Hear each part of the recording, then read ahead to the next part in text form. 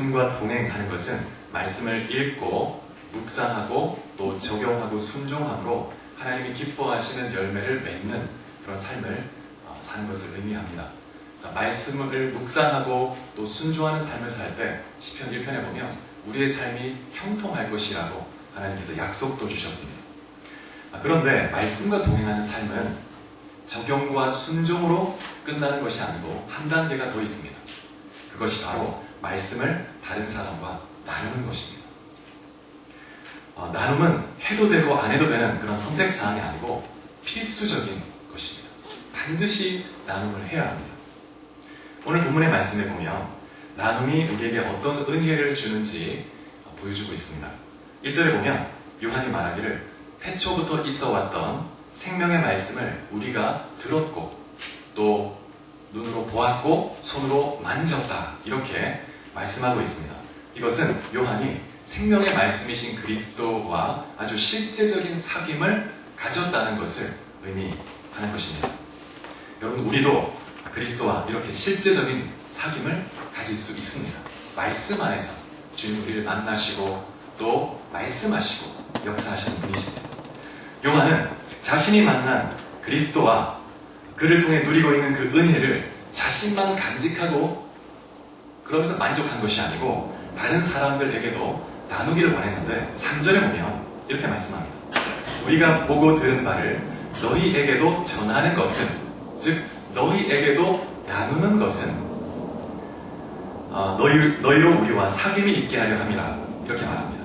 우리의 사귐은 아버지와 그의 아들 예수 그리스도와 더불어 누림이라 이렇게 말하고 있습니다. 이 말씀에 보면 성도들을 그리스도와의 사귐으로 초청하고 있습니다. 그러면서 그리스도와의 사귐을 누리라고 말하고 있습니다. 무엇을 누리는 것일까요? 그리스도와 사귀면 그리스도의 생명과 그리스도의 기쁨을 누리게 되는 것입니다. 그리스도의 사귐을 통해서 우리는 그리스도의 생명을 누리게 되는데 이 생명 안에는 자유가 있고 사랑이 있고 치유가 있고 회복이 있습니다. 무엇보다 기쁨이 있습니다. 기쁨. 이 세상의 기쁨과는 비교할 수 없는 그런 기쁨이 그리스도와의 사귐을 통해서 경험할 수 있게 되는 것입니다. 그래서 4절에 보면 요한이 이 글을 쓰는 이유를 설명하는데 이 글을 통해서, 이 나눔을 통해서 자신이 누리고 있는 이 은혜를 이렇게 나누는 것은 우리의 기쁨이 충만하게 하기 위해서다. 이렇게 말합니다. 여러분, 나눔에는 기쁨이 있습니다. 나눌 때 기쁨이 배가 됩니다. 시편 16편에 보면 11절에 이렇게 말씀합니다. 주께서 생명의 길을 내게 보이시리니 주의 앞에는 충만한 기쁨이 있고 주의 오른쪽에는 영원한 즐거움이 있나이다.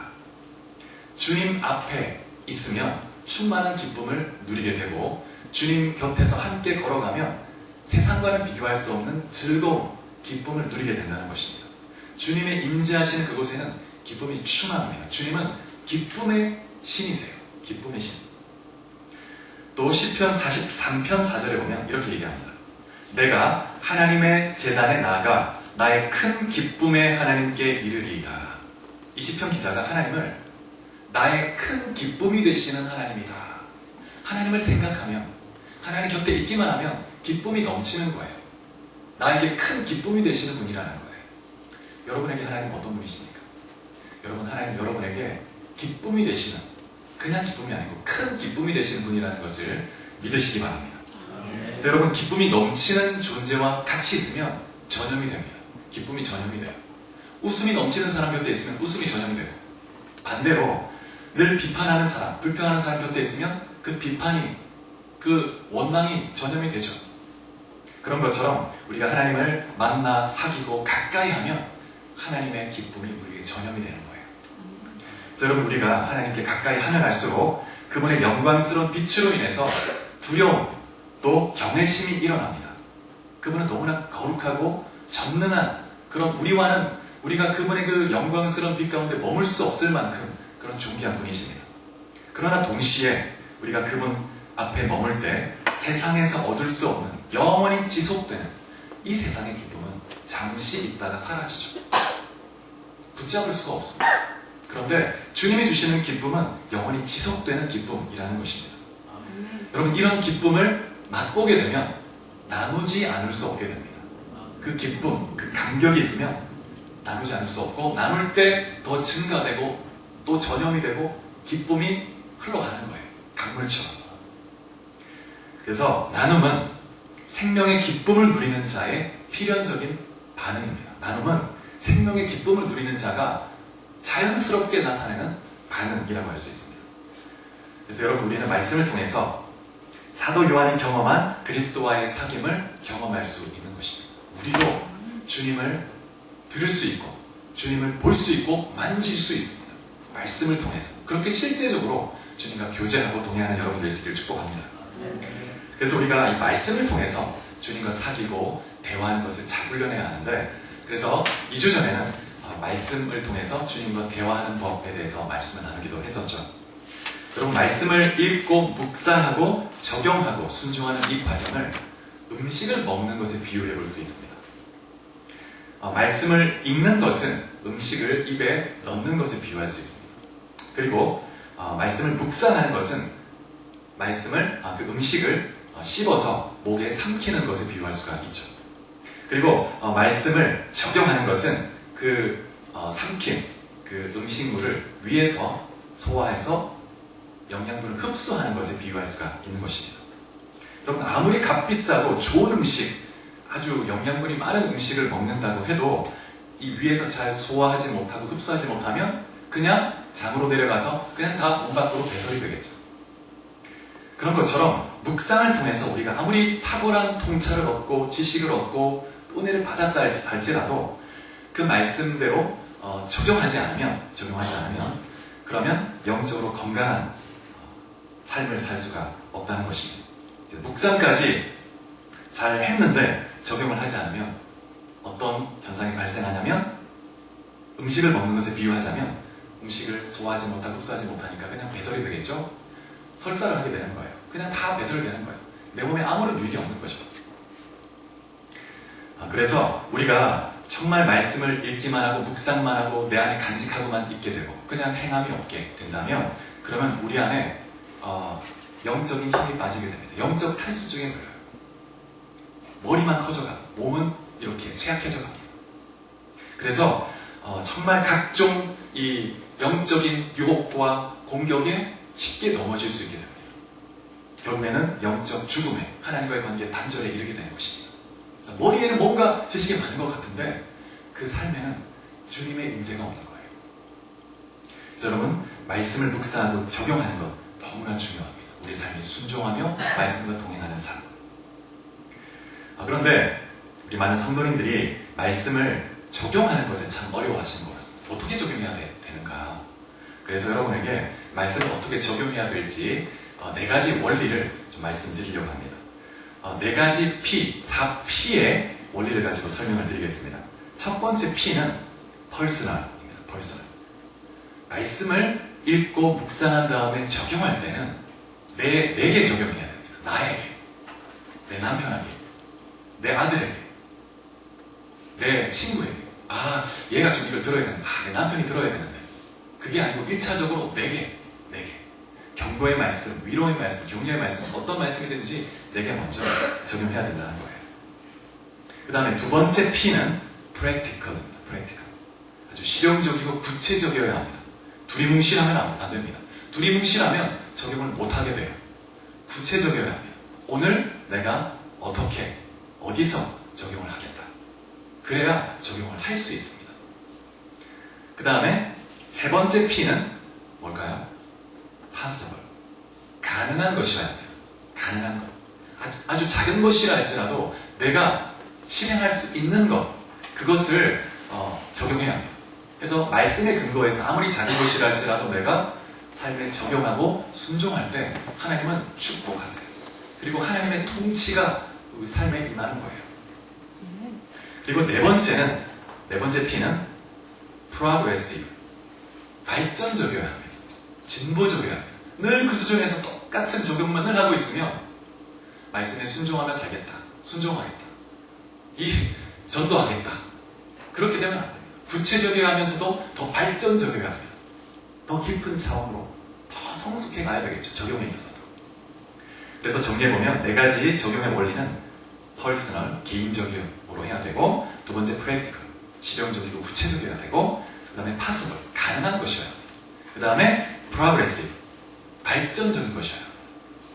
이러한 원리를 가지고 삶에 적용해 갈 때 여러분 말씀의 은혜가 여러분 삶에 넘치게 되고 말씀이 살아 역사하는 것을 경험하게 되실 것입니다.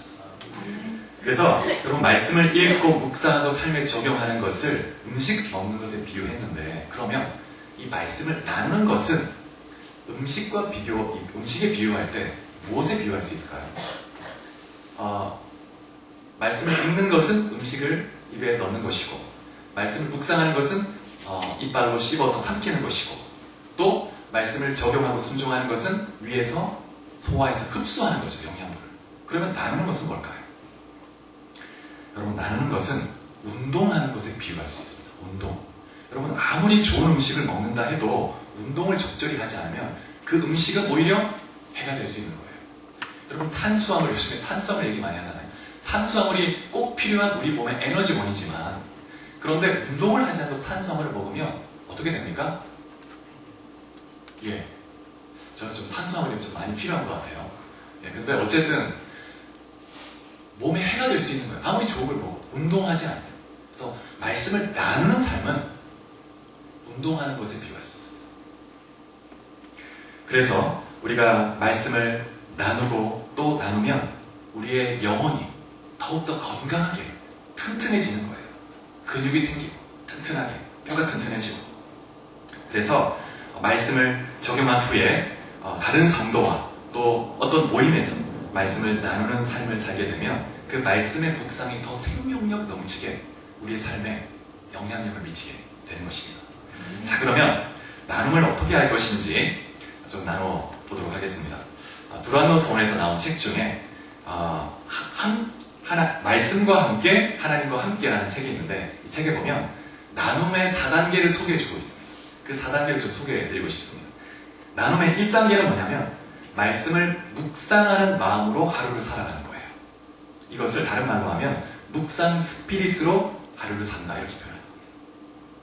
그래서 묵상 스피릿으로 하루를 산다는 것은 일상생활을 하면서 계속해서 묵상한 그 말씀을 계속 생각하고 되뇌이면서 살아가는 거예요. 그래서 계속 그 말씀을 떠올리고 그 말씀을 내게 어떻게 구체적 삶에 적용할 수 있을까 생각하면서 살아가는 겁니다. 그래서 늘 그 말씀이 내 마음의 생각 속에, 의식 속에 남아있는 거예요. 묵상 스피릿으로 사는 것입니다. 이것이 나눔의 출발이죠. 묵상 스피릿으로 살지 않으면 적용할 수 없겠죠. 그 말씀을 기억할 수가 없고 적용할 수도 없고, 적용하지 않으면 기억지 못하게 되면 나눌 수도 없겠죠. 나눌 것이 없어요. 그래서 우리가 늘 잘 나누는 삶을 살기 위해서는 온종일 묵상 스피릿으로 살아가며 그 말씀을 잘 마음에 붙들어 두어야 합니다. 그러지 않으면 마귀는 끊임없이 이 생명의 말씀이 우리 마음으로부터 떠나가도록 빼앗아가려고 하는 것입니다. 그래서 묵상 스피릿으로 살아가는 것 너무나 중요합니다. 두 번째 단계는 뭐냐면 묵상을 통해서 하나님 주신 뜻을 따라 사는 것입니다. 그런 삶을 사는 거예요. 구체적으로 말씀대로 순종하며 사는 것이 진정한 나눔의 시작이라고 할 수 있습니다. 말씀대로 살아가는 그 삶이 나눔의 출발이에요. 말씀대로 사는 삶이 없이 나누는 것은 공허하죠. 별 의미가 없습니다. 내 삶에 변화를 주지 못해요. 말씀대로 사는 삶을 통해서 풍성한 열매로 가득할 때, 그때 나눔도 풍성해지고 또 그 모임에서 그 말씀의 은혜가 더 넘치는 거예요. 그래서 묵상을 통해서 주신 하나님의 뜻대로 사는 삶, 두 번째 단계예요. 세 번째 단계, 나눔의 단계는 말씀 파트너와 또 말씀을 나눌 수 있는 그런 그리스도인의 모임에서 말씀을 나누는 것입니다. 모임에서. 그래서 우리의 삶에 말씀 파트너가 있는 것은 참 중요합니다. 배우자가 될 수도 있고 친구가 될 수도 있고, 또는 우리 교회처럼 카톡방에서 말씀을 한 구절씩 올리며 나누는 그런 모임일 수도 있고, 이런 모임이 너무나 중요합니다. 여러분, 각 개인이 말씀을 통해서 하나님의 음성을 듣고 은혜를 경험할 수 있습니다. 그렇지만 하나님께서는 아주 자주 모임을 통해서 다른 사람의 나눔을 통해서 격려와 위로와 때로 하나님의 인도하심의 음성을 들려주십니다. 아주 자주 그렇게 하세요. 그래서 이것을 통해서 때로 내가 들은 하나님의 음성이 확정되기도 하고 또 교정되기도 합니다. 그래서 모임에서 말씀을 나누는 것, 말씀의 파트너와 말씀을 나누는 이 단계는 너무나 중요합니다. 혼자 묵상을 통해서 은혜 받는 것보다 그것을 함께 나눌 때 더 풍성해집니다. 그 가운데 성령님의 역사가 나타나고 그 나눔을 통해서 때로는 성령께서 예언적 메시지를 주기도 하시는 거예요. 여러분, 이러한 말씀의 교제가 오늘 본문 3절에 보면, 요한일서 1장 3절에 보면 삼위 하나님과 함께하는 사귐이라고 소개하고 있는 것입니다. 여러분, 이러한 말씀의 나눔은 우리 성도들에게 너무나 큰 축복이죠. 이런 말씀의 이 나눔이 우리의 삶에, 우리 교회에 가득해야 합니다. 그러면 무엇을 나눌 것인가? 이게 참 중요하죠. 무엇을 나눌 것인가? 나눌 때는 하나님 말씀을 통해서 하나님께서 자신의 신령과 삶 속에 역사하신 것을 나눠야 합니다. 좀 더 구체적으로 말씀드리면 말씀을 통해서 주신 하나님의 격려, 하나님의 약속, 또 하나님의 경고, 하나님의 인도하심, 그러한 것을 나눠야 합니다. 더 나아가서는 묵상을 통해서 주신 하나님의 그 말씀대로 순종했을 때 자신의 삶이 어떻게 변했는지, 그 삶에 어떤 열매가 맺혔는지를 나누는 거예요. 근데 많은 모임들을 보면 어떤 모임이 있냐면 신전 잡기적인 그런 얘기들이 너무 많아요.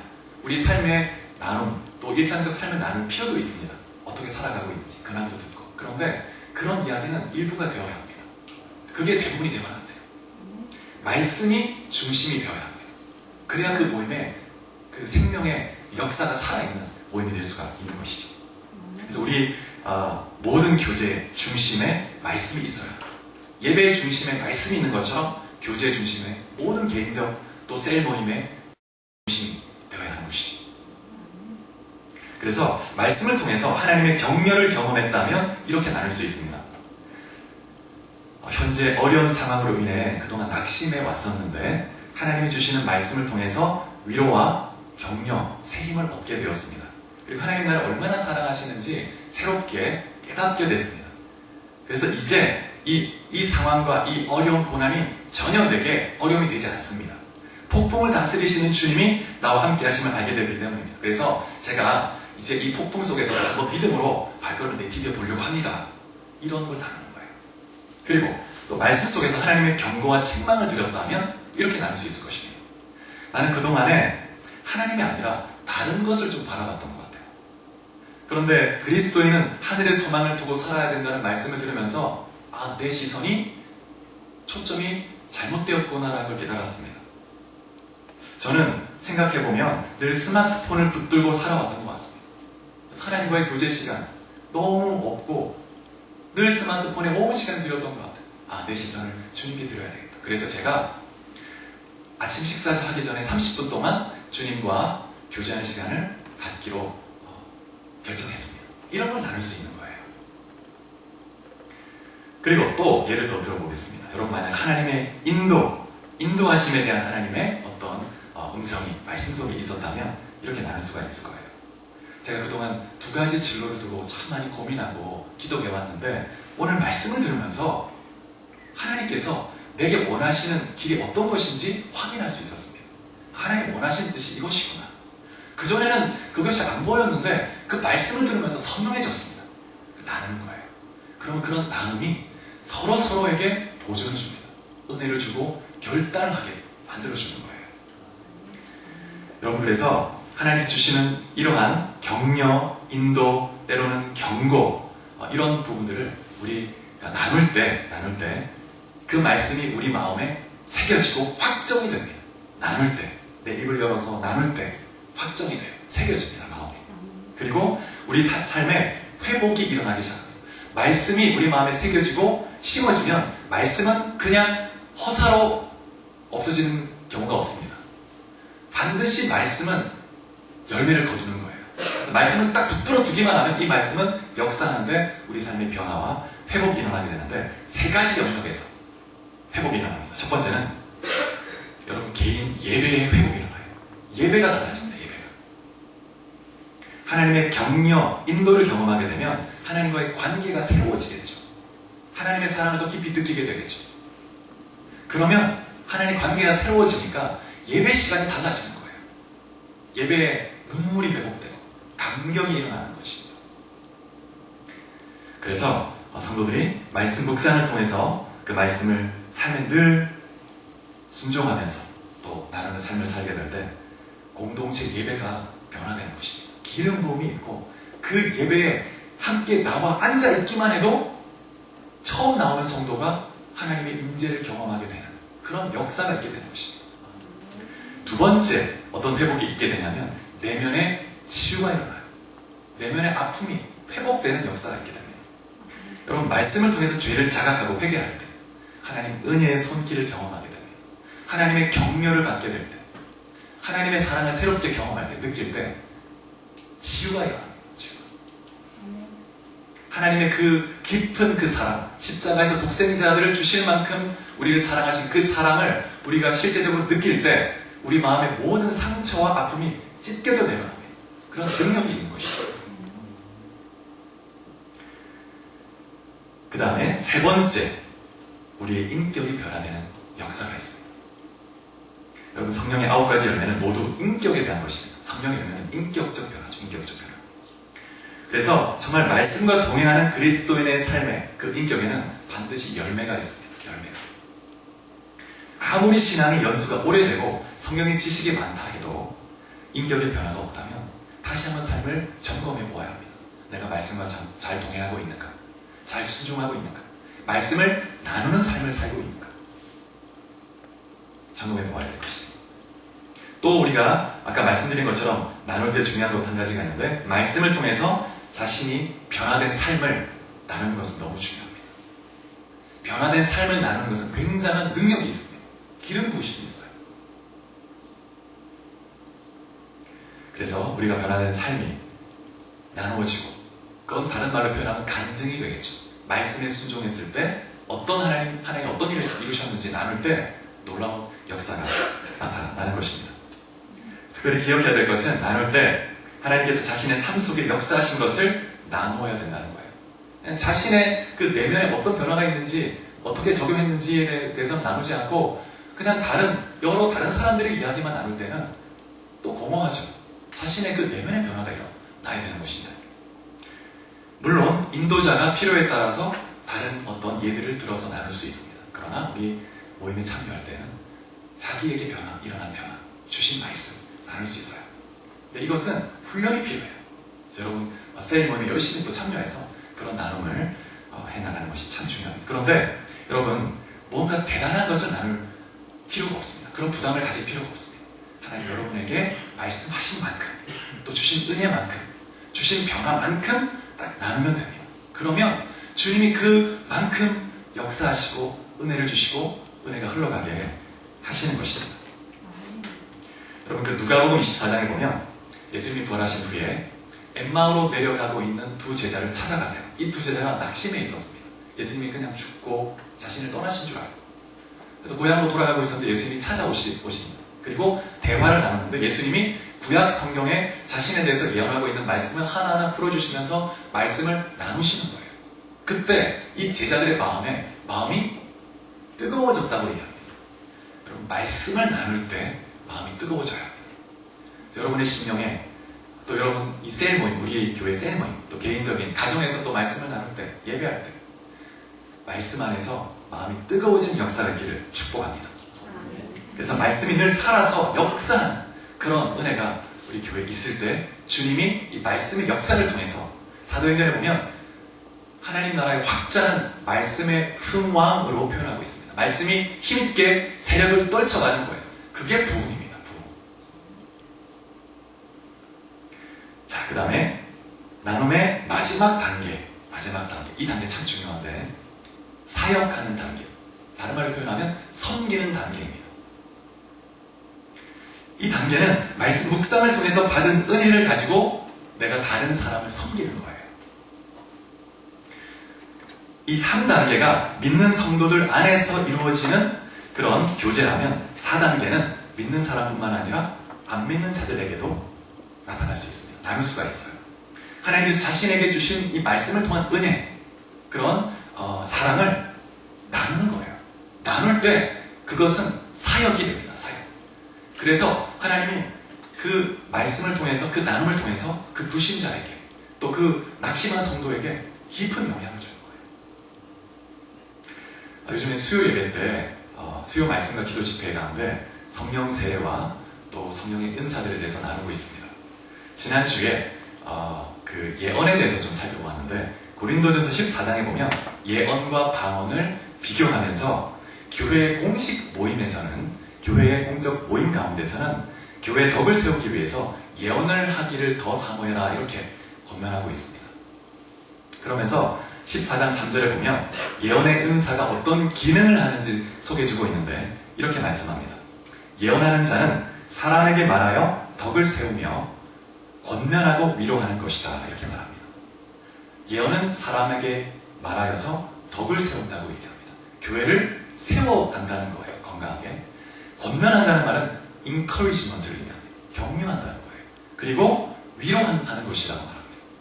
예언의 말씀이 성도에게 격려를 주고 위로를 주고 신앙을 세워주는, 새 힘을 주는 거예요. 그래서 이런 예언의 말씀이 우리 교회 가운데 있게 될 때 성도들이 힘을 얻고 새 힘을 얻고 위로를 받고 또 일어나게 되는 것입니다.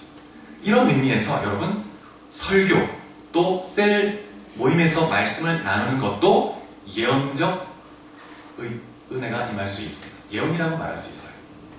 말씀 선포를 통해서 성도들이 도전도 받고 책망도 받고 위로도 받고 격려를 받는 거예요.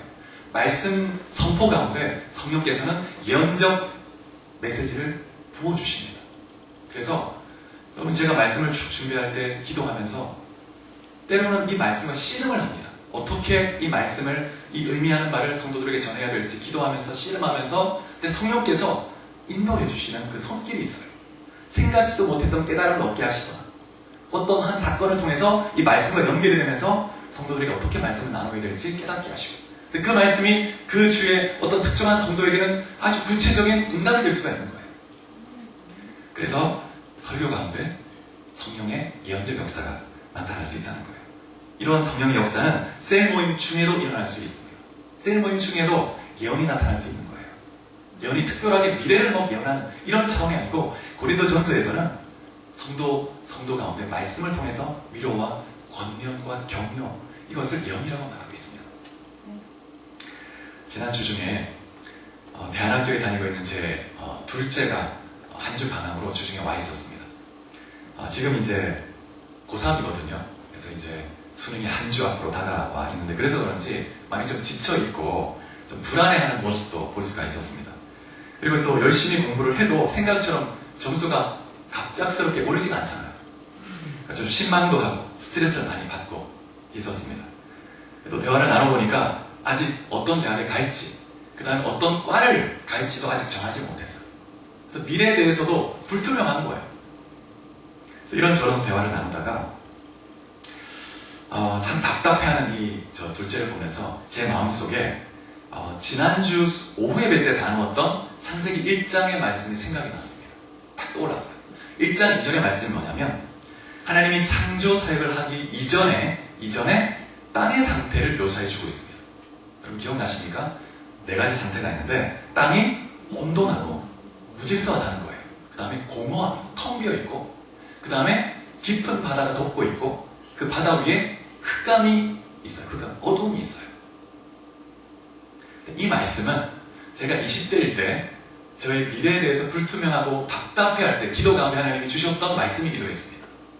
그래서 참 소망을 갖고 있었다. 근데 지난주에 말씀을 나눴고 또 주중에 아들과 대화하면서 생각이 난 거예요. 그런데 그런 이 땅의 혼돈한 상태 가운데 성령께서 그 수면 위를 운행하고 계신 거예요. 이 운행한다는 말은 새가 알을 품고 돌린다는 뜻입니다. 알을 품고 부화하기 위해서 그렇게 품고 있다는 뜻이에요. 성령께서 그 혼돈의 상태, 텅 비어있고 그런 상태 가운데 있는 땅을 품고 하나님 말씀이 딱 선포되자 말씀과 더불어 역사하면서 창조의 질서를 만들어내고 그리고 생명으로 가득 채운 거예요. 그 그런 역사가 나타났습니다. 근데 이 말씀이 우리 이 둘째 상황과 너무 딱 맞다는 생각이 딱 드는 거예요. 그래서 그렇게 얘기했습니다. 주연아, 너의 인생에 아직 형태가 없고 어떤 인생으로 딱 만들어질지 아직 형태가 없지. 그리고 너의 인생이 좀 텅 비어있는 것 같고, 또 공부를 해도 머리에 텅 비어있는 것 같고, 공부해도 실력이 올라가지가 않고, 그리고 마치 수능시험이 쓰나미처럼 막 자기를 막 덮칠 것 같아. 그리고 그 미래도 불투명하고 어두워 보이는 거예요. 그렇지, 주연아. 그런데 꼭 기억해. 그 너의 인생, 너의 마음을 성령께서 딱 품고 계신다. 품고 계시고 너의 인생을 딱 이렇게 감싸고 계시다는 거야. 근데 네가 말씀을 딱 붙들고 그 말씀에 순종하고 딱 나가기만 하면 성령께서 창조의 역사를 네 인생에 행하실 거야. 그래서 너의 인생에 생명의 질서를 만들고 생명으로 가득 채우고 네가 이 시대의 다니엘이 되고 이 시대의 다윗이 되게 할 거야. 그러니까 주님 바라보고 나가. 그래서 지금은 안개처럼 자욱하게 가려져 있고 희미해 보이지만 말씀을 딱 붙들 때 말씀이 비쳐 네 인생에 쫙 비춰오면서 안개가 싹 걷어지고 밝은 빛으로 네 인생길을 비출 거야. 이렇게 얘기하는데 우리 그 아들의 눈빛이 좀 답답하고 좀 약간 좀 그런 불안한 눈빛이 있었는데 그 눈빛이 안심의 눈빛으로 싹 바뀌는 걸 제가 봤어요. 아내가 저에게 진짜 봤냐고, 그 눈빛 진짜냐고 얘기를 했지만 그 눈빛이 싹 변화되면서 약간 경직됨이 풀어지고 웃음이 조금 더 나오기 시작하더라고요. 그래서 올라갈 때는 좀 더 나은 모습으로 올라갈 수 있었습니다. 많이 격려해주고. 여러분, 이게 사역이죠. 말씀을 통한 사역입니다. 주님은 여러분을 통해서 그런 일을 하기를 원하시는 거예요. 그럴 때 말씀에 그런 열매가 더 풍성하게 나타나는 것입니다. 여러분, 그럴 때 여러분 대단한 지식이나 논리청이나 언변을 가질 필요가 없습니다. 하나님께서 말씀을 통해서 여러분의 신령에 삶에 행하신 일을 그 주신 만큼, 은혜만큼, 여러분이 표현할 수 있는 만큼 사랑 안에서 겸손하게 나누면 돼요. 그러면 성령께서 일하십니다. 그래서 여러분, 우리가 이제 11월 20일 태신자 전도주의를 위해 기도하고 있는데 여러분 마음속에 감동을 주시는 그런 마음이 있을 때 태신자 대상에게 기도하면서 나눠보세요. 주님이 역사하실 것입니다. 그래서 여러분, 우리 교회는 두 가지 중요한 모임이 있죠. 대예배와 세일 모임입니다. 이 두 모임을 잘 세워가고자 합니다. 이 두 가지는 교회를 건강하게 세우는 견고한 두 기둥과 같습니다. 솔로몬 성전에 두 기둥이 있었는데 야딘과 보아스가 있었죠. 예배와 이 대그룹과 소모임, 이 세일 모임이 함께 가야 돼요. 그래서 함께 이 모임을 우리가 열심히 참여해야 합니다. 우리 이 두 가지는 교회를 비상하게 하는 두 날개이기도 합니다. 두 기둥이고 두 날개예요. 교회가 비상하게 할 겁니다. 그래서 우리 교회 가운데 그런 생명의 나눔과 기쁨의 나눔이 충만할 수 있기를 주님으로 축복합니다. 한번 정리해보면 묵상의 4단계. 1단계는 말씀을 묵상하는 마음으로 하루를 사는 것. 묵상 스피릿으로 사는 것입니다. 두 번째 단계는 말씀을 통해 주신 격려와 인도하심과 경고대로 순종하고 적용하고 행하는 것. 세 번째 단계는 말씀 파트너와 개인적으로 그리고 모임에서 말씀을 나누는 것입니다.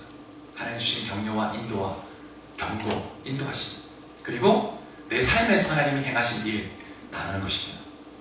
네 번째 단계는 이제 사역하는 단계예요. 묵상을 통해서 받은 은혜를 가지고 다른 사람을 섬기는 것입니다. 세워주는 것입니다.